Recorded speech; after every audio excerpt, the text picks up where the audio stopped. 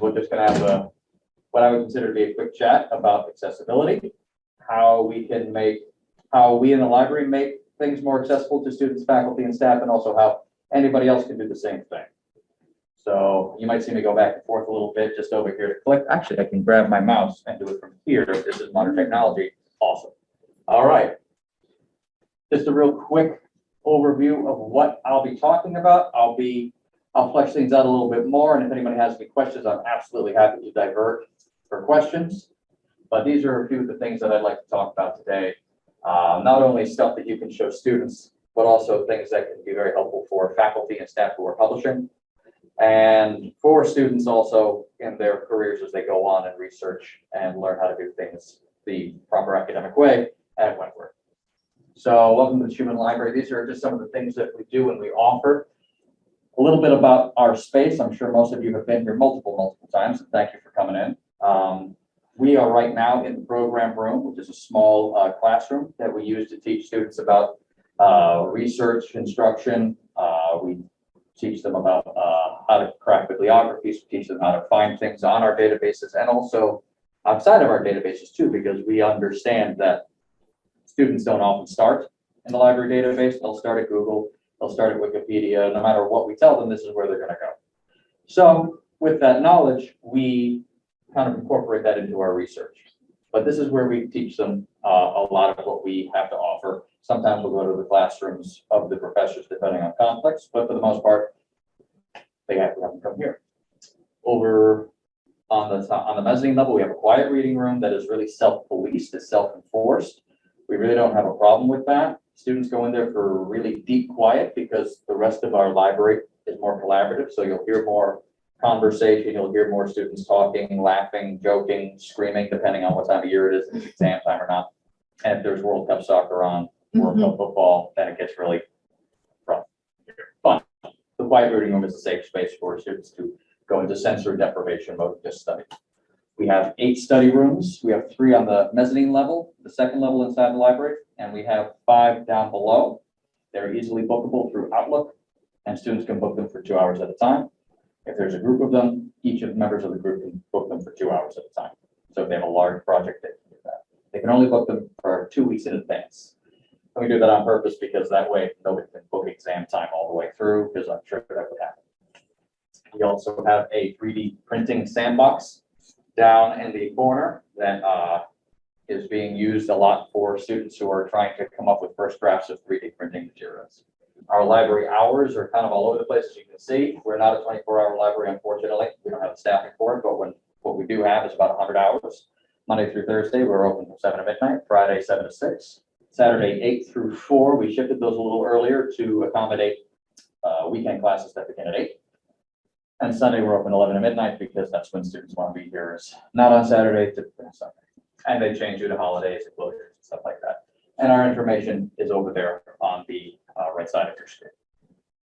So we have a lot of accessible resources here. One of the major features of being a librarian is to make things accessible for everyone. That's sort of the credo of being a librarian, is making sure everything is accessible to everybody. We come up against a lot of fights with publishers and publication companies, but we really do our very best to make sure that things are available. So in order to do that, if you are a creator, we have 3 things that we can give you and we use ourselves to help make things more accessible for you. The first one is called Easy Proxy, which we'll get into in a minute. Permalinking, which is something that I really wasn't very familiar with until I became a librarian here, but it's very important. And also creating PDFs that are accessible. And that is something that we've had to really work on a little bit. And we have some resources for that too. And just being a user, just knowing that these documents and these tools are available to you, whether you are going to be a creator or you're just somebody who wants to be a user of these materials. We find that it's very helpful. These 3 things are very helpful in particular. Wait, what is permalinking? Permalinking, I'll get to that, but permalinking is just basically ensuring that this link doesn't change. So sometimes when you click on a link, it's a link that will time out. So if you try to paste that link into a document, you click on that link, you'll get an error. But the permalink is a permanent link that will ensure that it's usable at all times. So just very quickly, off-campus access, off-campus access to resources, that is something that both the Easy Proxy and the permalink really helps with. So all of our resources are available, almost all of them are available 24/7 online. This is something we had to really double check when we went into lockdown last year. We had to make sure that everything was available. We had to double check. There were a few things we had to change around to make sure that they were available, because obviously if nobody's here, nobody can access it. So we want to make sure that it's fully available to everybody who is part of the Wentworth family, faculty, staff, and students. To access these resources, typically what you would do is if you go to our library website, which is library.wit.edu, and you try to find something in the catalog, and what will happen is if you are off campus, you'll get a message on top. You'll get search results. So the message will appear on top of the screen, please sign in. Now, if you don't sign in and you try to access any of these resources, it'll just error you out. You don't have access. What you will need to do is put in your Wentworth username and password. Not the entire email address. That will error you out. For whatever reason, it will not accept. So mine is Neil D. If I put in Neil D at wit.edu, errors me out. If I put in Neil D, it loves me. So for whatever reason, some things at Wentworth require your entire email address. Some things require only your username. I will say, oftentimes when somebody says I can't access it from off campus, I'll say, if you're putting the at wit.edu, remove that 9 times out of 10, that's the problem. But you wouldn't know that because there are different websites. Doing my Black Friday, Cyber Monday shopping, it would ask me, oh, you've been here before, put in your username. By username, we mean your email. And it's like, well, just tell me what you want back. Don't. And so we're not unfortunately that good about it right yet. I'm sure we will be. That's an accessibility issue. But just make sure, always make sure if you have the at wit.edu, remove it. If you don't have it, add it. But in our case, just make sure it's off. Continuing on with the off-campus access bit, this is what we call the Easy Proxy. Easy Proxy is our way of routing you through Wentworth when you're not on campus. So all of our databases are provided to students, faculty, and staff through the library, not just because we love the clicks, although we do love the clicks, it's because we're hosting it. So a lot of times what we will come across are people students, faculty, and staff who are trying to access one of our databases. So let's say Statista. Statista is one of our really nice databases. It comes up with really great stats, graphics, really heavily used in marketing and business management. And a lot of students will come to one of our classes, they'll talk to us about Statista, and then a couple of weeks later, they'll try to go to statista.com, they can't get in. And they contact us, they say, well, you have to go through us because we're the ones hosting it. So if you go to Statista through the library website, they'll have something called a proxy bookmarklet. So if you click on any of those databases, you'll see Easy Proxy in there. That is our way of routing you through us from anywhere in the world. So you can do it yourself. You can add an Easy Proxy to any of the databases that we have, but the easiest thing to do is to go to our library website, go to our online resources page, which is under research. And once you go there, you can find whatever database you want. It will automatically reroute you through the Easy Proxy. It's something you don't have to think about normally. We don't want people to have to think about it, but if you're trying to make sure that things are accessible for your students, you want to make sure that you're putting the Easy Proxy bookmark link instead of just statista.com, MarketLine, JSTOR. So a lot of students look for JSTOR, they look for JSTOR articles, they'll find JSTOR articles on Google, and when they click in Google to find that JSTOR article, oh, their access is denied, they don't have access. But if they were to go through our library webpage, they would get it. So sometimes we'll get requests for JSTOR articles, and we look if we see that we already have access to them and send them to them anyway, but that's because they're going through Google or they're going through Google Scholar sometimes. And we encourage students to use, and faculty and staff to use Google Scholar. And we'll talk about a little bit in a minute what interlibrary loan is. If you can access it through Google Scholar, we can get it for you. But the important thing is for stuff that we already have, it is easily accessible anywhere in the world. The students can be in another country. As long as their country allows for access to Wentworth links, they'll allow access to what we have, which we've never had a problem with that. Next thing I have for you here is the permalink. So this is how you go to permalink. If you go to our library website, and if you just find a random article and you click into it, you'll see over on the right, you'll see this right here. You'll see these tools. And all of these are very helpful. You can print, you can email, you can save, you can cite offhand, and it'll come up with just one citation. If you hit export, it'll take you to our citation management tool called Refworks, which I'll talk about in a minute. Create note, which I haven't really used, but the permalink function, if you click on that, you'll get this. It's a very long email address, not an email address, a very long URL rather. But you'll see it starts over here with easyproxy with .flow.org. That's our easyproxy address.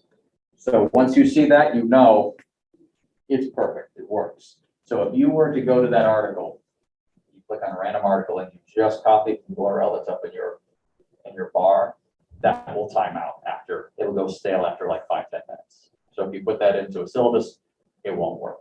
If you put that into an email, it won't work.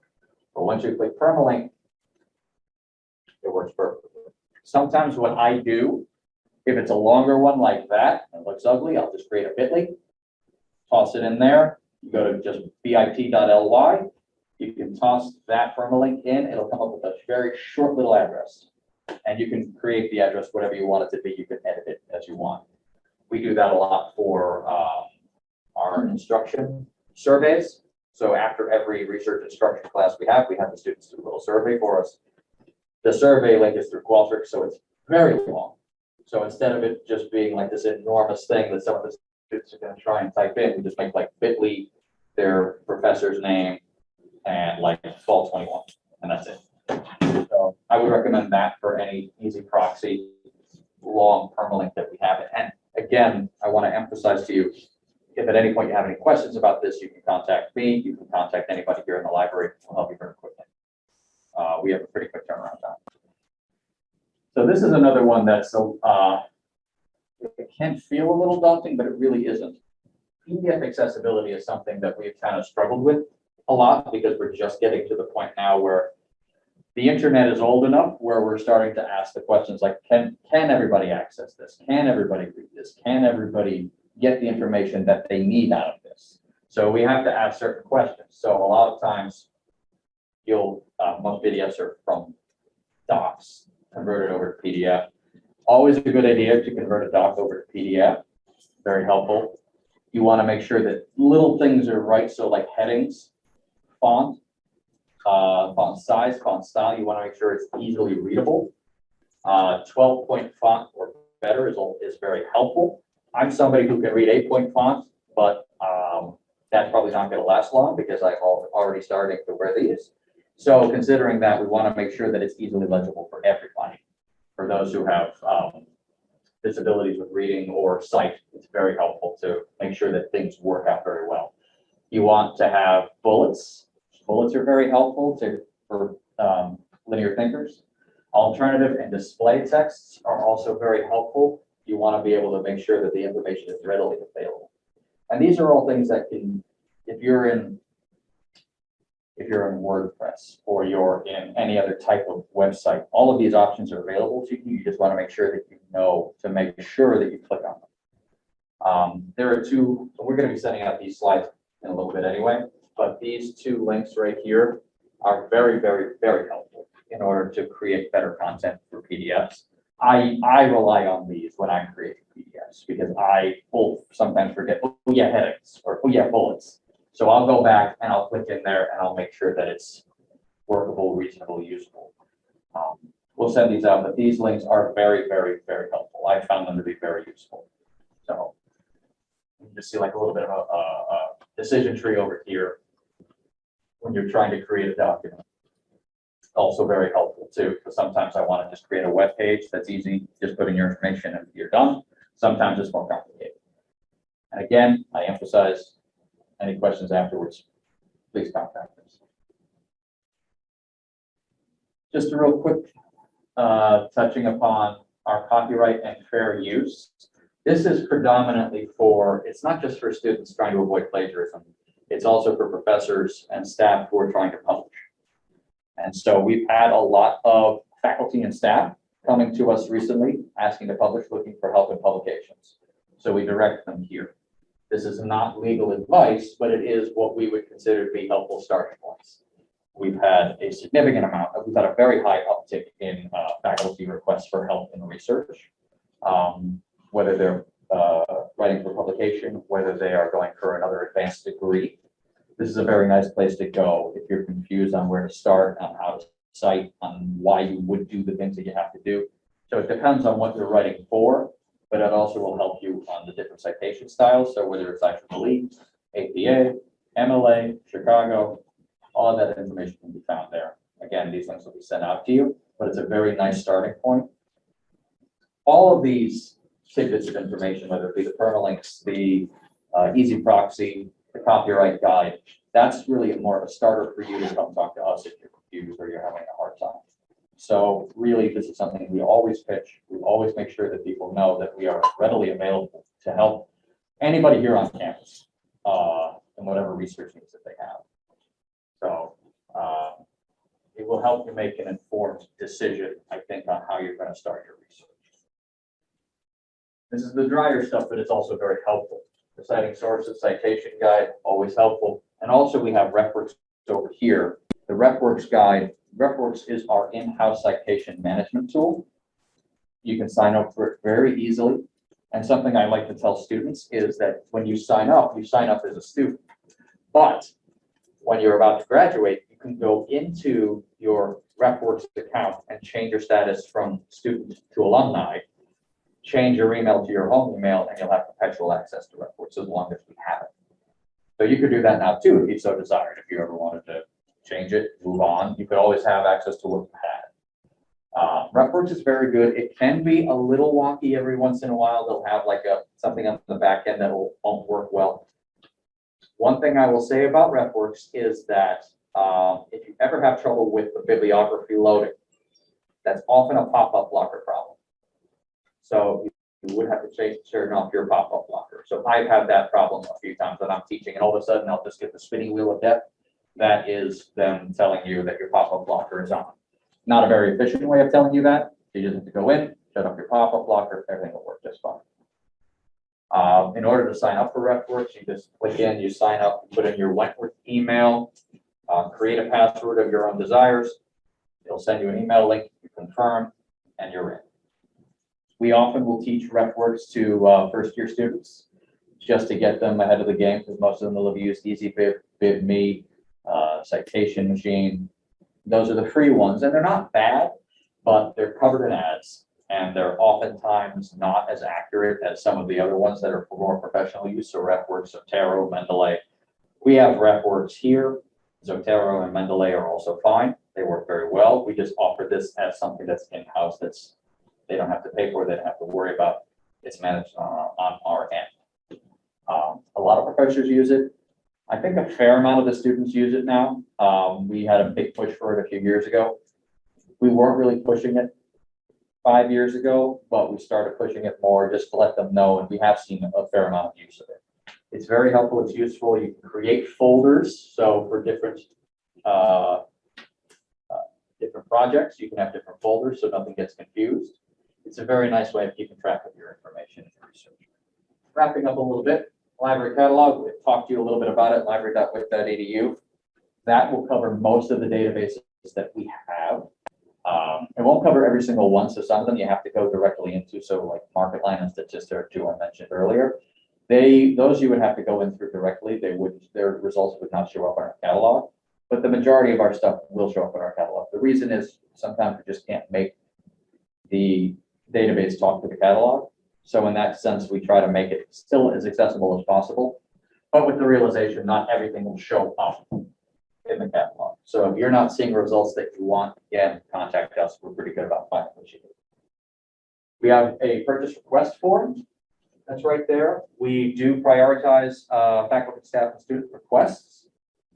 We have a few in the pipeline right now, but if you see something that you would want either for your own classes or just have something circulate, something that would be available to students, you can ask us to purchase it unless it's outrageously expensive and or cumbersome to access, we'll get it. And by cumbersome to access, I mean sometimes the only thing available is like a single-use ebook. We typically don't buy those because that's an accessibility issue. We want to make sure we have multi-users. So that would be something that would be a trouble for us to get, but a book would not be a problem because that way we can control how it lets and goes out. We can put it on reserve. We can do those things pretty easily. So single-use ebooks we tend to stray away from unless that's the only option, in which case we'll make it work. And the only thing is, other thing here is the interlibrary loan. This is something that many professors and students use. You can use this if you can't find anything on our catalog. We do encourage students to use Google Scholar, and I know professors use Google Scholar, but the reason we don't promote it first is because we can't guarantee access to everything that's there. If you find something on Google Scholar that you like, and it is not available to you, it's behind a paywall, that's where you click on that button, you contact us, we'll get it for you. Again, unless it's prohibitively expensive or cumbersome to use, we typically will get it for you very quickly. For digital copies, so PDFs or articles, it's usually a very quick turnaround time, usually 24 to 48 hours. For physical books, if it's close by, it's usually pretty fast. If it's further afield, it can take another week or two. We've ordered stuff from South Africa, that can take 2 to 3 weeks. We've ordered stuff from Australia, that can take a few weeks. So we try to be clear about where it would be coming from. And our acquisitions librarian is very good about that. He's very, very clear about his directions and what he needs. But it's very infrequent that we can't fulfill an interlibrary loan. So worst case scenario, let us know. We usually find something. So keep that in mind as well. And lastly, I'm just going to give you our information here. Again, the library hours are right there. And here is our information over here. There are multiple ways to contact us. One of the ways that are on our website that I didn't put on here is our chat function, which is on the right side of the website. You can just click in there. If nobody's staffing it, it'll direct you to ref@wit.edu. My email is here, vod@wit.edu. I'm more than happy to help anybody with any questions you may have, any thoughts or desires you have too. Please send them my way. We're happy to work with you. We are a little on the short staff side at the moment, but we're currently hiring a number of librarians, so we'll be up to full complement hopefully next semester. But we're still doing pretty well. We still have a lot of work that we're doing for everybody. And please contact us if you have any questions, comments, desires, whatever you need. Yes, does anybody have any specific links they'd like me to click on, check out? I think finding out how to do the permalink would be useful. Sure. And the easy proxy would be nice Yeah. too. All right. We've So- got a little bit of time, so. Yeah, we got a little bit of time. So what I'll do is I'll go over here. All right, so let's take a look at, I'm just gonna come over here and type in, I'll pick one right there, electronic waste. We'll use that as an example. That's something I looked up a few days ago. All right. So here is a typical search that comes up. It's a very broad search.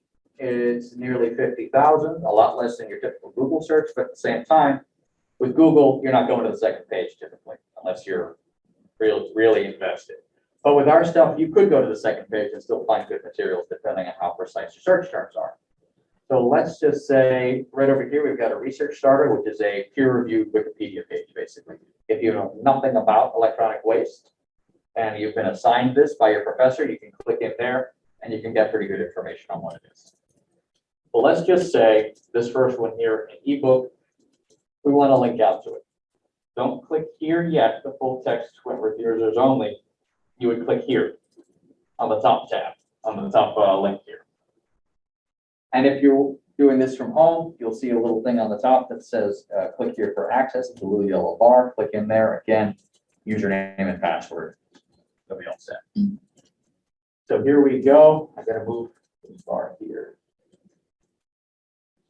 See it? So over here on the right is the taskbar that I was telling you about. That very last one right there is called permalink. There's the pop-up. And you can copy it, give that a copy, and you can paste it into a syllabus. You can paste it into an email. You can also open Bitly. I think I have Bitly open if you want. want me to give that a shot for a second? Yeah, Let's go here. So I've got a free account right here. I can, let's take a look here. Create. Okay, so we would create a link. You could paste this, copy paste, that very long, easy proxy. Give it a second, usually it comes up with something, and if it doesn't, hit create.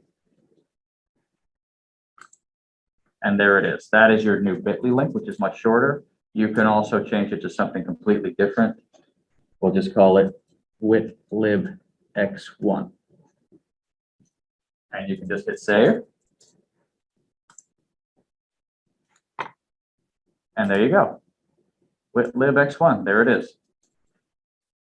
And that is a nice short URL that you can copy paste into a syllabus, into an email, into your Blackboard, whatever you want to do. No big deal. One other thing I would tell you, and I just realized this now, is if you were to open up a PDF and you want to make sure it's readable, OCR, you can do that with the Adobe Acrobat that Wentworth provides. So if you open up a PDF in your Adobe Acrobat, you can Control F and usually you're able to read it. And it has optical character recognition. Most PDFs will be able to do that.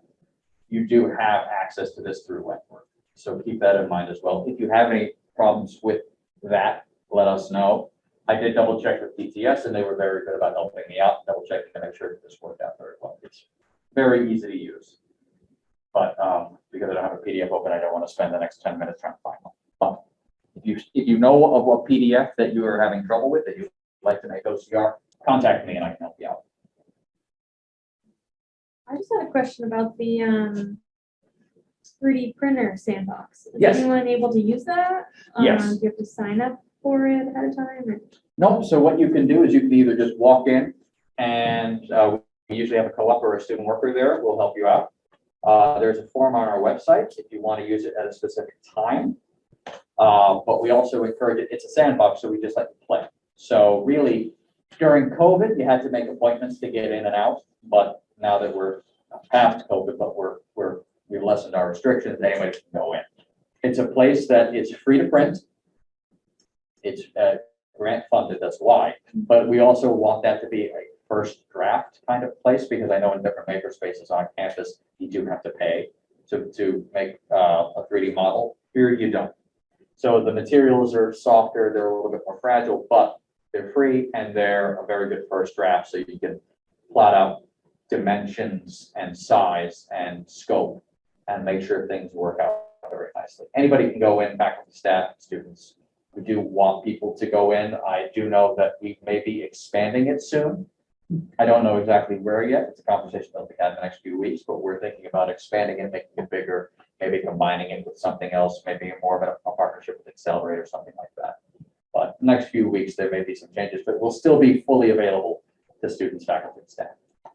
This might be a very elementary question, but having never 3D printed anything, Yes. how would I take my idea from my head and get it into the 3D printing? That's- So there are some websites out there that can help you with dimensions. One of them is called Thingiverse. All of our students are very knowledgeable about it. They'll be able to help you. They're really good at helping with first steps because I didn't know very much about 3D printing whatsoever. Still not exactly anything more than a novice, but they're very good at helping you out. So you can even tell them what you're thinking and they can help you plot it out. They'll help you on the computer, like, oh, does this look right? Does this look right? So it can be something very simple, like just like a model of one of our student workers made 3D models of tipped turkeys for Thanksgiving. Something simple like that. It can be something more complicated, like a 3D model of a building. That can be complicated. It can take a while to make, depending on how complicated it is. Some of them take up to 24 hours, but that's okay because they're meant to work that long. If you don't know anything about 3D printing, I would suggest just walking in. Walk in and our student workers are very good. They're very good to help. And you can also come to the up to us at the library too, even though some of us may not have a lot of information on it. We can help find it and work with you on it too. Worst case scenario. we also have the ability to use Tinkercad. I Yes. believe everybody at Wentworth should be able to create an account and sign in with Tinkercad. It's really user friendly. I would say it's a little juvenile of a site, Sure. but it's great for anybody who hasn't had an opportunity to create any sort of 3D model. Hmm. So it's really a great starting point if you're interested in creating your own model based on something that you're trying to create. So Tinkercad's also just another program that can create that. Awesome. Yeah, I think we actually have a couple of computers right down here by the stairs. A couple of them will be Tinkercad. They do have Tinkercad on them if you want to play around with that too. Hi, Dan. I wondered if you could show what Easy Proxy is. Sure. Thanks. So, yep. So if you were to go back to, let's just go back to the library website. So if you were to go to, let's say, research and online resources. So that's where the majority of our databases are. We'll go right there. Let's just say MarketLine. So if you were to click that, it actually didn't show up, but you'll see, unfortunately, I can't highlight it, but down here at the bottom, you'll see Easy Proxy sign on. So you can create one yourself with the Easy Proxy bookmarklet, but everything that we have already has it on there. So I give you the option of creating one yourself in case you forget to go through our library website. But if you are able to go through here, now a few things on our A to Z list are freely available to the wider public. We just put them on there because we know our students use them. For example, Digital Public Library of America, DPLA, you don't need an Easy Proxy to get on there because it's free to everybody. We just put it on there because it's freely accessible and we know a lot of students use it. But a lot of our stuff here, like MarketLine is another one. Material Connection, if you just look down at the bottom left, it's very small print, and I'm sorry about that, but it shows you that is how we kind of tether you through. So it knows that you're coming from us. Every academic library uses this, and I think even some public libraries use this. For example, for Ancestry, I know a lot of public libraries have access to Ancestry, and they use this to tether. But if I just go back here. So the Easy Proxy, just want to double back on this. The Easy Proxy Yeah. allows us to access the library resources when we're at home. Right, that's exactly right.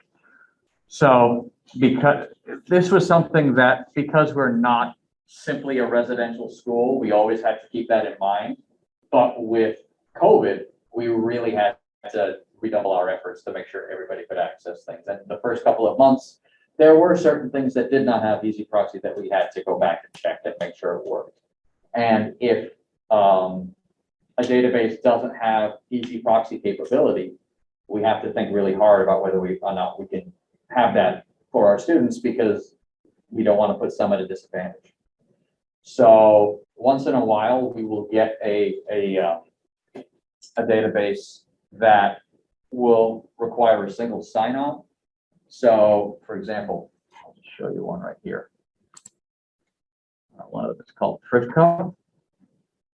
It is Easy Proxy, but it's a sign-on, so you have to sign in to get in there. You just use your Wentworth email and it's fine, but it's an added layer of security. We have to think about that because even though it's like a simple thing like, oh, just put in your email, it's kind of like, well, why do I have to do this? So we have to put like a little bit, we have to put a note in there saying this is you have to sign in to access it, but you still can access it. It's not going to take any of your information. It just wants to know who you are before you walk in. You just put in your @wit.edu email address. You're all taken care of. Any other questions? Thank you. My pleasure. Well, again, please feel free to contact me at any time, Neal D, Neald @wit.edu. If you ever have any questions, please contact us on any of the ways that we have up there.